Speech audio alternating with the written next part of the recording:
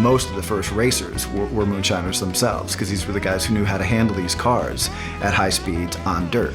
The Depression hit harder and deeper in the South than anywhere else, and they were really hard times.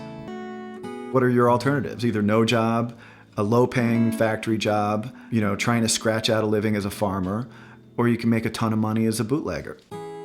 Raymond Parks is one of these characters who I think has never gotten the full credit that he deserves for being one of the true pioneers of stock car racing. Raymond was a successful moonshiner. He left home at 14 to become a moonshiner's apprentice. In time, learned how to run his own moonshine business and made a ton of money doing that. Raymond Parks then started financing the cars of a couple of his cousins who became a couple of the first stars of stock car racing, Lloyd C. and Roy Hall. Lloyd C. was born and raised in and around Dawsonville, Georgia, one of the moonshining hubs of the 1920s and 30s. His relationship with Raymond Parks kind of evolved to the point where Lloyd, at a certain age, started bugging Raymond to let him drive his whiskey cars for him. Lloyd learned how to make whiskey up in the hills, learned how to deliver it for his Uncle Raymond, and then at some point transferred the driving skills over to the racetrack. Fall of 1938, this first big race in Atlanta at Lakewood Speedway, it was enormously popular. They got over 20,000 people to that big race. Lloyd C., Roy Hall, a bunch of other moonshiners are in that race, and Lloyd C. wins that race. All three of these cousins caught the racing fever that day. In the late 1930s and into 1940 and 41, stock car racing community at that time was fairly small and pretty close-knit, so everybody knew everybody else. None of them made it their full-time job. Probably the closest were Bill France, Lloyd C. and Roy Hall.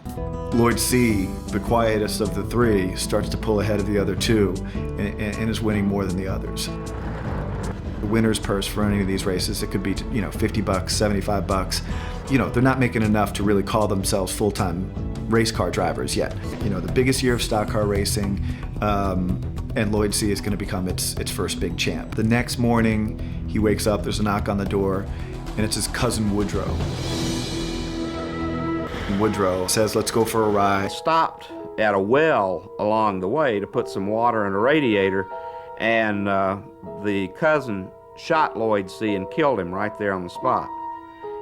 Lloyd utters his final two words, which are, "Tell Raymond," and he doesn't get to finish the sentence and lays his head back down and breathes his last breath and dies. Lloyd C. was the first Dale Earnhardt. He just never lived for the public to know who he was. A couple months later, Pearl Harbor happens, and for stock car racing, the whole thing just grinds to a complete halt.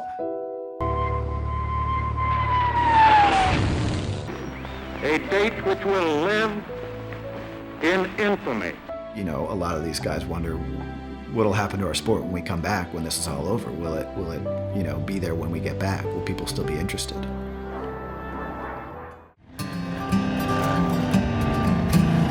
That taste of adventure that a lot of these guys got during the war helped the sport of stock car racing when they came back. NASCAR's very first race, February of 1948, is won by Red Byron. The left side of his body just full of shrapnel. Doctors suggest amputating his left leg. And he says, "No way." He walked with this pronounced limp and had his leg brace and everything. So for Raymond Parks, he's lost Lloyd C. to murder, and so he needs somebody to race for him, and decides to take a chance on Red Byron. The left side of his body just full of shrapnel. Doctors suggest amputating his left leg. And he says, "No way." He walked with this pronounced limp and had his leg brace and everything. And it's NASCAR's first year, and you've got a really good storyline going. 1948, NASCAR is just off the ground. They have this big historic race at Daytona, and the guy who walks away with the victory is Red Byron.